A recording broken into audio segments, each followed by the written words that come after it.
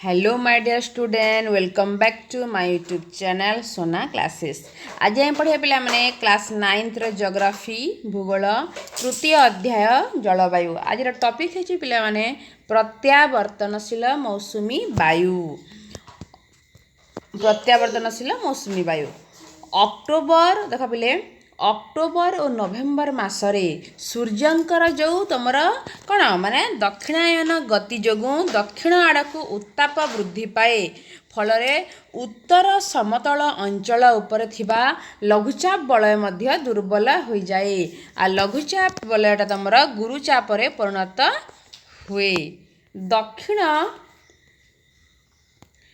दक्षिण पश्चिम मौसुमी वायु दुर्बल हेबाकु लागे एवं दक्षिण को गति करी स्थल भागरु जल भाग आड़ को प्रत्यावर्तन करे। तमर अक्टोबर माने आरंभ रे फर्स्ट वीक रे यह उत्तर समतल अंचल अपसारित हो सारी थाए। एही समय रे आकाश परिष्कार थाए उत्तापर वृद्धि घटे दिन रे अधिक उत्ताप अनुभूत होला बेले राति शीतल और आरामदायक होई थाए।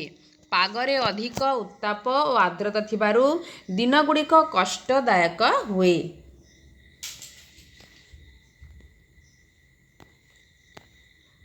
ए सबु अक्टोबर मतलब माने ए सबु अक्टोबर ताप बोली कहा जाए। अक्टोबर मासर द्वितीयार्धरे उत्तर समतल अंचल उत्ताप ह्रास पाए जनजीवन अस्वस्थ हुए। आ तमर नवेम्बर मासर आरंभ रे पश्चिम भारत रे थिबा लघुचाप वलय क्रमशः स्थानांतरित होई तमर अरब सागर उपरे अवस्थापित हुए। आ कौन हुए पिला माने एही समय रे अनेक वातावर्त अंडमान द्वीपपुंज निकटस्थ समुद्र रे सृष्टि हुअंती। आ से माने कौन तमर पूर्व भारतीय उपकूल अतिक्रम करी पार हेकी माने प्रचुर एट देखि पारे माने भारतर प्रत्यावर्तनशील मौसुमी वायुर गोटे मानचित्र देछि एटी तमरा देख पिले माने परिमाण वृष्टिपात कर देख पिले एही वार्तावर्त गुड़िक बहुत क्षतिकारक से माने गोदावरी कृष्णा कावेरी माने गोदावरी कृष्णा कावेरी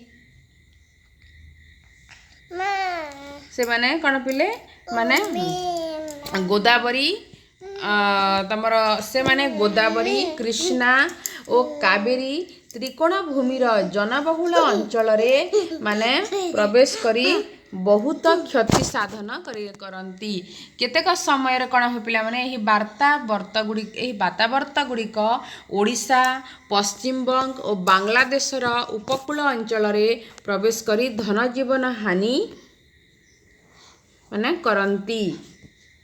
एटा वार्षिक वृष्टिपात तमरा कौन पिले एटा माने मानचित्र देख पिले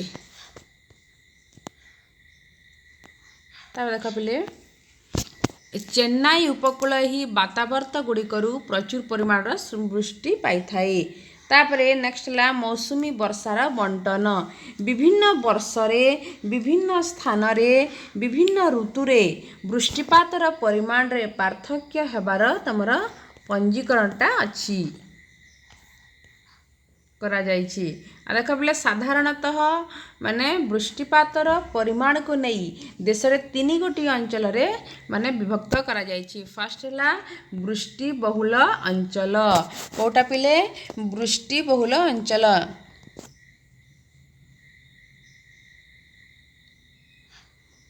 वृष्टि बहुल अंचल माने तमर कौन पिले भारतर पश्चिम उपकूल एवं उत्तर पूर्व अंचल रे वार्षिक हाराहारी 400 मीटर माने 400 सेंटीमीटर वर्षा हुए।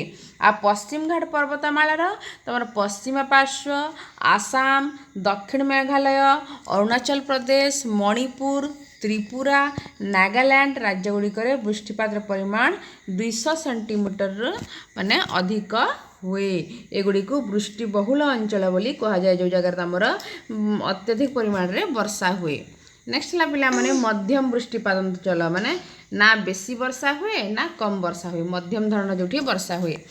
तुम तमिलनाडु उपकूल है, ओडिशा है, पश्चिमबंग है, छत्तीसगढ़, बिहार, तुम यूपी माने सॉरी माने देख पिले तमिलनाडु उपकूल, ओडिशा, पश्चिमबंग, छत्तीसगढ़, बिहार, उत्तर आंध्र प्रदेश एवं हिमालय पादसरे माने केतेक अंचल मध्यम धरण वृष्टिपात हुए, जोटा कि तुम 100 सेंटीमीटर 200 सेंटीमीटर मध्य जो वृष्टिपात हुए सेटा हूँ तुम मध्यम धरणर वृष्टिपात। आउ 200 सेंटीमीटर अधिक जो जगह वर्षा हुए सेटा हूँ तुम वृष्टिबहुल अंचल, माने अधिक वर्षा जोटी हुए।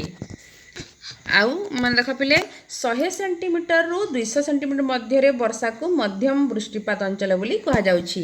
नेक्स्ट ला वृष्टि विरल बा स्वल्प वृष्टि अंचल, माने कम रु अति कम रे वर्षा होउथबा अंचल गुड़िक देख राजस्थान है, पंजाब, हरियाणा, पश्चिमबंग, दक्षिण पश्चिम, यूपी, एमपी, दाक्षिणात्य मालभूमि अधिकांश अंचल 100 सेंटीमीटर कम वर्षा हुए।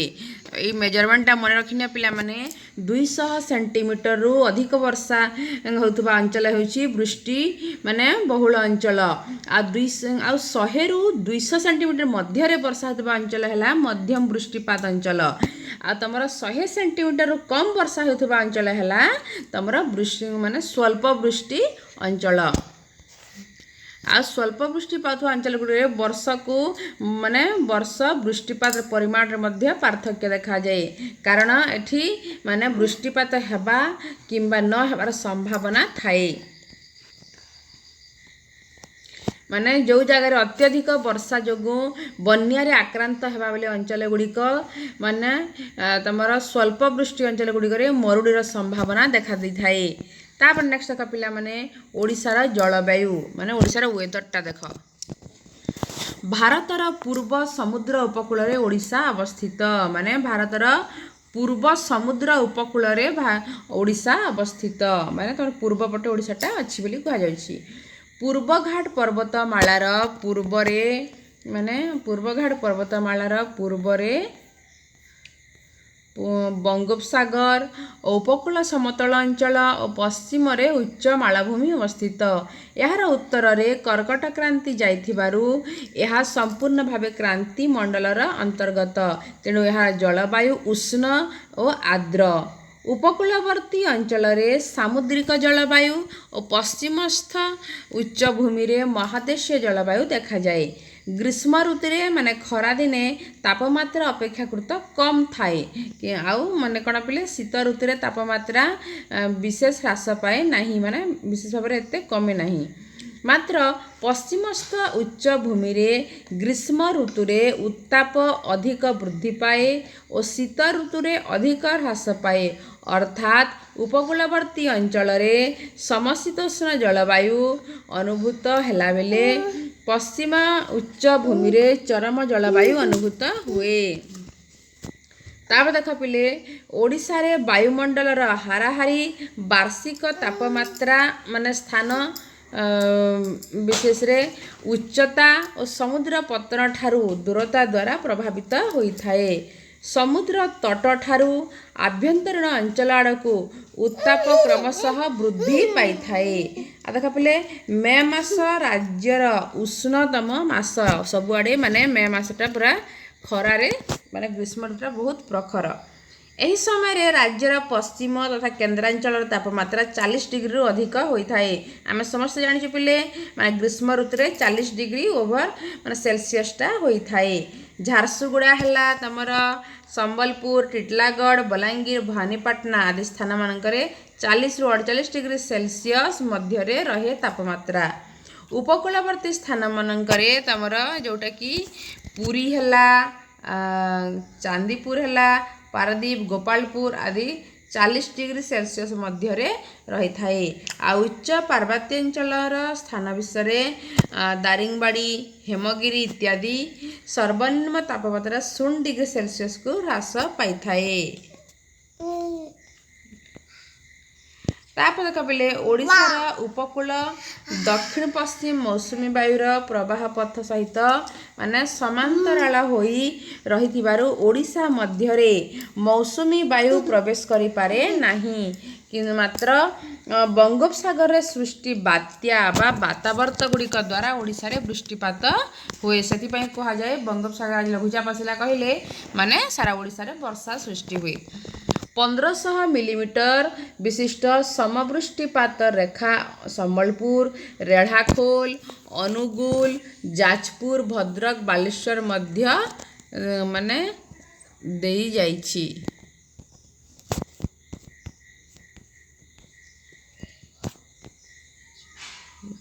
देखा बोले बंगोपसागरीय घूर्णिबात्या जोगु केन्दुझर और मयूरभंज जिले में अवस्थित उच्च मालभूमि अंचल माने जोटा कि तुम सिमिलीपाल वार्षिक वृष्टिपात माने 1750 मिलीमीटर रु अधिक होता है।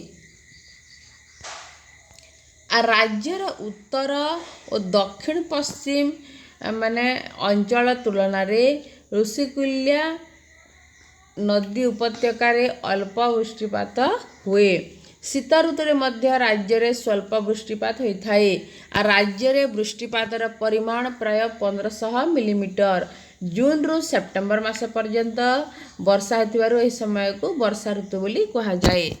तापर देखा पिले पूर्वघाट पर्वतमालार पूर्व पार्श्व तथा उत्तर और दक्षिण पश्चिम ओडिशा रे वृष्टिपात अधिक हुए। पूर्वघाट पर्वतमालार वृष्टि छाया अंचल रे अवस्थित कलाहांडी तमर नुआपड़ा बलांगीर सुवर्णपुर आदि जिले में बहुत कम परिमाण रे वृष्टिपात होता है। एही जिला गुड़िकरे अधिकांश वर्ष रे मरुड़ी देखा जाउथिबारु एमाने मरुड़ी ग्रस्त जिला भारे परिचित। अनेक मासरे अक्टोबर और नवेम्बर मासरे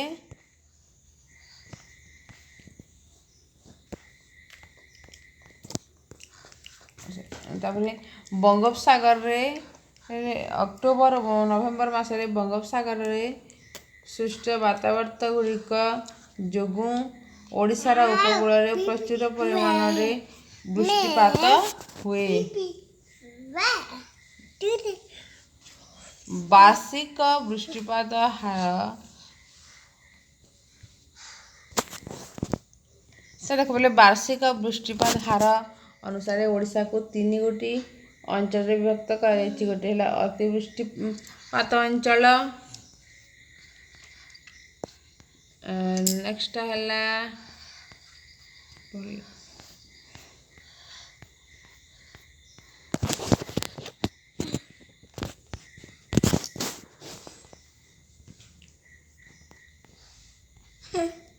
तापरे माने अक्टोबर नवेम्बर मासरे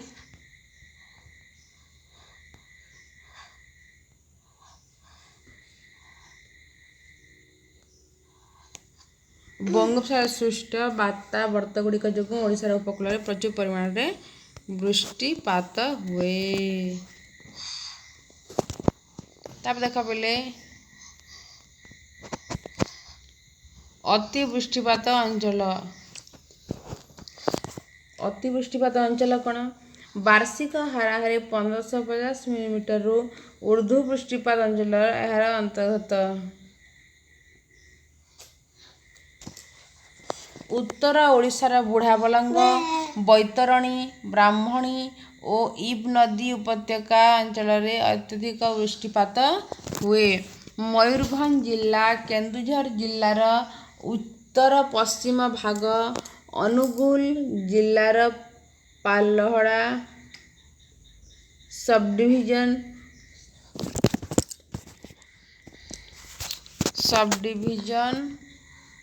सुंदरगढ़ जिला और संबलपुर जिलार पूर्व भाग अंचल अंतर्गत। सेहीपुर नवरंगपुर मालकानगिरी कोरापुट दिल्ली रो जयपुर माने अंचल मध्य प्रबल वृष्टिपात हुए। एटा हला